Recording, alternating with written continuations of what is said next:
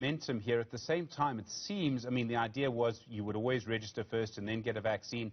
That slowly seems to be falling away, Mia. It seems that if you don't have to register, you can actually get more people going to vaccination centres and getting vaccinated quite quickly.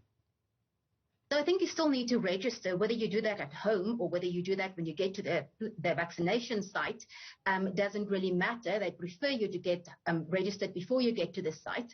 But once you get to a site, if you're not registered, you won't be able to get vaccinated. So they will then put you on the EVDS system as you get there. And the important thing to know is that the EVDS system is not just there so that it can send you an SMS appointment. Part of the reason it is there is so that it can keep track of who got vaccinated when and what proportion of people, if they got a Pfizer vaccine, actually went back to get their second dose, so that we can see what is the level of protection in South Africa. So that EVDS is not just to get a vaccine, it's also to collect data that can tell us how well the country is protected.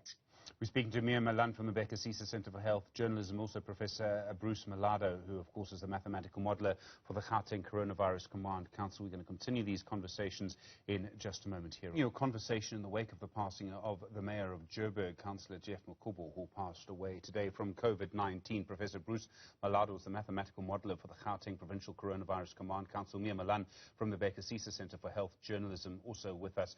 Professor Malado, there's a big conversation, of course, around the lockdown regulations that we have in place and the very high numbers that we've seen in Gauteng. And there are probably two ways to look at it. One way to ask you this question is, have the lockdown regulations had any impact at all on the spread of the virus in Gauteng? The other way to look at it is to say, well, we don't know what would have happened if there hadn't been stricter lockdown regulations in Gauteng during this time of the peak. Right. So, as you correctly point out, obviously, we would have had, if we want to answer that question scientifically, we would have to open the system without restrictions and compare it with restrictions. But we do expect, and the modeling does predict, that a level 4 lockdown has certainly helped. And as a result of that, remember, we are now this week looking at the effect, the full effect of level 4 lockdown.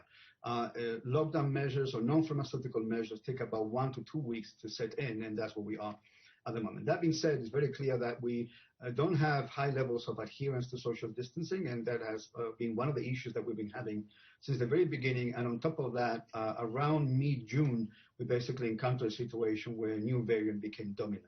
So those two factors, of course, haven't helped and have led to the fact that the peak of the third wave not only appears, it is much bigger than the second and the first wave. We know that the National Coronavirus Command Council is meeting on Sunday. Usually the council meets, and at some point we have a family meeting after that. Professor, I won't ask you to give away any secrets because you do sit on the Gauteng Coronavirus Command Council. But let me try a general question, and you can answer it as you choose. It would seem, if we look at the numbers in Gauteng and the fact that the peak of hospital admissions is still in the future, it would be hard to argue to allow restrictions to be reduced now. It would seem, on the balance of evidence, probably best to keep the regulations for another 2 or 3 weeks. So as you correctly point out, we have to deal with a reality. Numbers are a reality. We have to deal with them. And one of the problems that we encounter is that this healthcare system is under tremendous pressure, will continue to be under tremendous pressure for at least 2 to 3 weeks at the very, very least. As a matter of fact, the situation is going to get worse before it gets better. The number of people hospitalized will continue to increase. And this week, we have already passed 8,000, which is a very, very big mark. But we haven't reached the peak there. So that's a very important consideration. And as a member of the advisory committee, we don't preempt decisions. We don't want to come up and make public announcements. We let policymakers make the decisions based on the numbers and the predictions we give them. Malan, I mean, if you look at the evidence as a journalist, you're allowed to give an opinion. Journalists have an opinion, I'm afraid to say. But it would seem hard for national government to now reduce the restrictions, to let the regulations go, particularly because the number of cases in the Western Cape is also beginning to increase now. I think what we heard this morning at the health department's briefing was that the Delta variant now spreads the fastest. It's moved on from Gauteng. It spreads the fastest in the Limpopo province now, and also in KwaZulu-Natal and Mpumalanga. So there we still see quite an increase of new cases. So certainly to address those cases, we may see some of these measures definitely stay in place, I would think. And as Professor Malado has mentioned, we're still going to see many, many hospitalizations. And we know that alcohol restrictions is the one strong measure that helps us to have enough beds available. So we might still see some measure in alcohol sales restrictions going on from here. There's also, I mean, at the same time, Professor Malado, we know, of course, that Gauteng borders other provinces. I imagine that you speak to your colleagues in other provinces. You must be watching the way that the virus is moving to Gauteng and almost be able to predict what will happen in some of the other provinces that maybe don't have the resources that Gauteng has and yet also don't have the population density that Gauteng has. Are you worried about what's going to happen in Gauteng's neighboring provinces soon? So what has happened in Gauteng is essentially the following. We started a wave where the Beta variant was dominant. And up until mid-June, the acceleration of the numbers was not very high. In fact, we were going on a trajectory of a milder third wave compared to the second wave.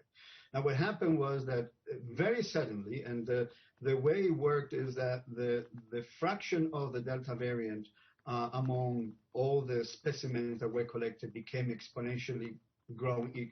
It grew exponentially, and it became dominant around the second half of June. So, and then we basically encountered a situation where we already had a lot of people infected. The local transmission was very widespread already, and then you add on top of that a new variant, basically things take off the way they did. Now, what we have verified, and now it's obviously very well understood, that this is a much more contagious variant, and as a result of that, we had to be prepared for that, not just in Gauteng, but elsewhere. Professor Bruce Malado, thank you very much indeed for your time. I do appreciate it. Of course, the head mathematical modeler for the Gauteng Coronavirus Command Council, Malan, at the Bhekisisa Center for Health Journalism. As always, I thank you for your time, both. I really do appreciate it.